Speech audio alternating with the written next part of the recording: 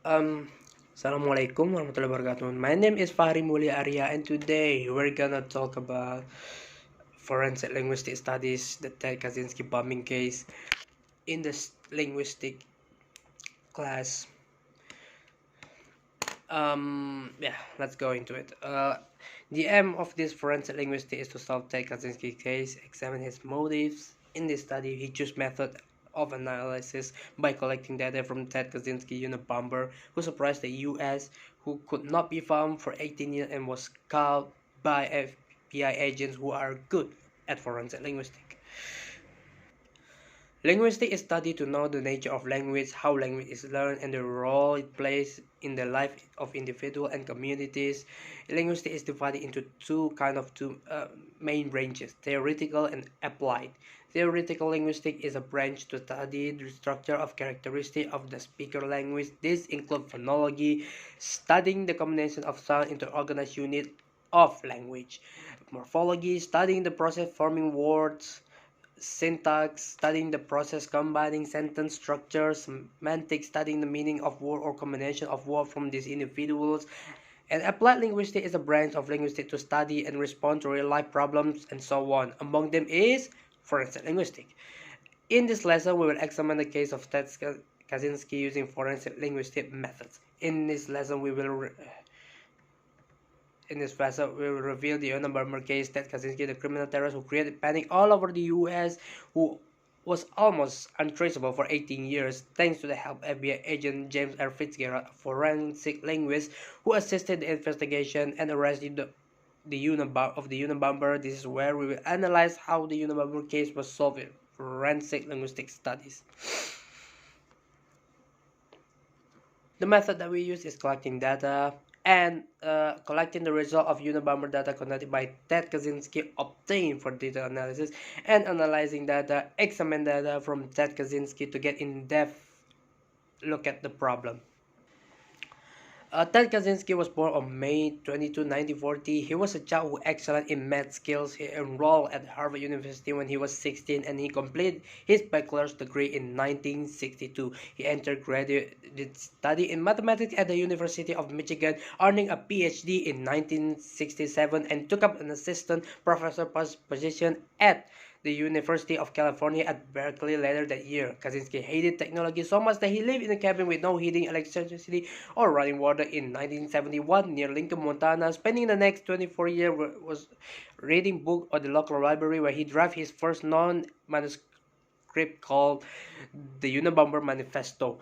Kaczynski moved to Chicago in 1978 to work in his brother's factory, and it was around this time that the first Unabomber incident began. In this Unabomber case, the Kaczynski made book entitled Industrial Society and Its Future by FC.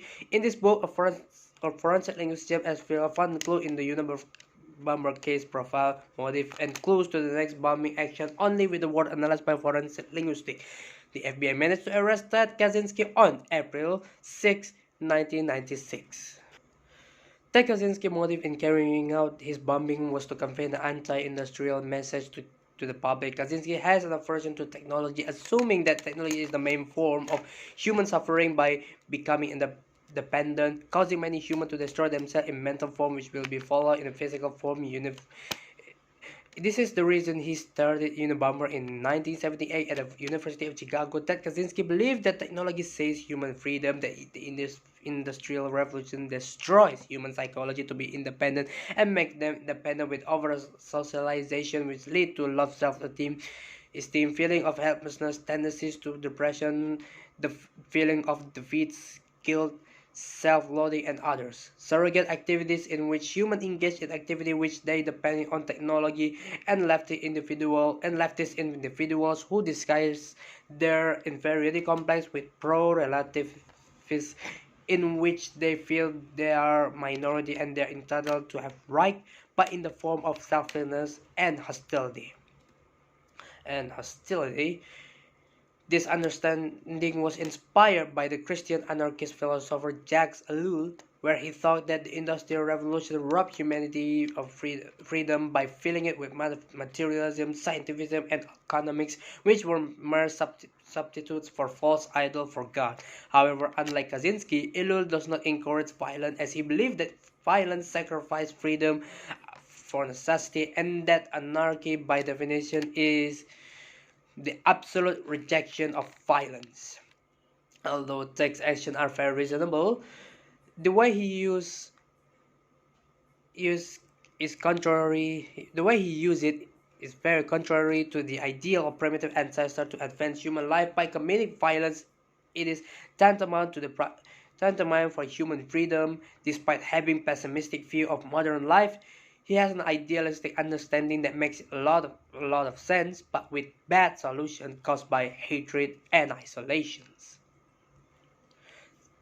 Ted Kaczynski killed three people who he thought helped develop technologies such as timber industry, genetics, oil, and computer science. Ted also targeted the attention of newspapers for conveying his anti-technology message to the public, even calling himself FC, an acronym for Freedom Club, which the FBI identified as the Unabomber. Ted carried out his bombing campaign mainly at the university. He bombed American Airlines flight in 1979 and the home president of United Airlines. The following year, federal investigators organized the Unabomb, short for University and Airline Bombing Task Force, and the media later dubbed the suspect in the case the Unabomber Britannica. The FBI police attempt to solve the Unabomber Ted Kaczynski case, which was completely fruitless until Ted appeared again in 1995, publishing his anti-technology manifesto entitled Industrial Society and Its Future. In the arrest of this case, forensic linguist James R. Fitzgerald played a crucial role in the arrest of Ted Kaczynski by reading the Unabomber Manifesto book. Fitzgerald finds odd clue in Ted Kaczynski manifesto where he finds language characteristic terms that are unusual, such as same old-fashioned term like broad cheeks for women. He used the word Negro to refer to African Americans, and it was 1995. And these words are almost as often heard from 19th movie or song from that year, and immediately it helped Fitzgerald know the author's age. James R. Fitzgerald is assisted by a linguistic professor, Roger Shuey, who predict where the Unabomber is. Shuey says the manifesto author have roots in Chicago, where the used language used reflect newspaper from in the Chicago area in the 30s, 40s, or 50s. The first hour bombing may have been dispatched or placed from Chicago. Fitzgerald and his team began to distributing Ted's manifesto out of nothing other than public concern for the safety of the future victim. Two newspapers agreed to distribute his manifesto, and they agreed to pay a sizable fee to publish the manifesto that finally caught the attention of Kaczynski's brother David and his wife Linda, who suspected that Ted might be responsible for this bombing. Kaczynski's sister-in-law, who saw the published manifesto, recognized the writing style, and along with the Kaczynski brother David, sent samples of other writing to the FBI for analysis. Seeing the copy, Fitzgerald reported to his superior and managed to arrest Ted on April 3, 1996, and search his cabin. From the result of the forensic linguistic analysis, it can be seen that language played an important role in the Unabomber Ted Kaczynski case.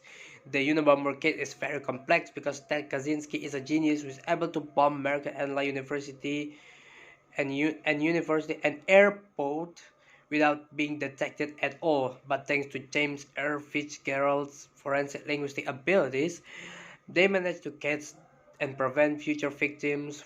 From the evidence gathered, Kaczynski carried out bombing campaign to protest against the Industrial Revolution and the impact it had on society. Although Kaczynski's motives are very reasonable, the way he's doing it is completely wrong because he radicalizes ideology by choosing violence to sacrifice freedom for necessity. So that's it for today. My name is Farid Mulyariya. Assalamualaikum warahmatullahi wabarakatuh.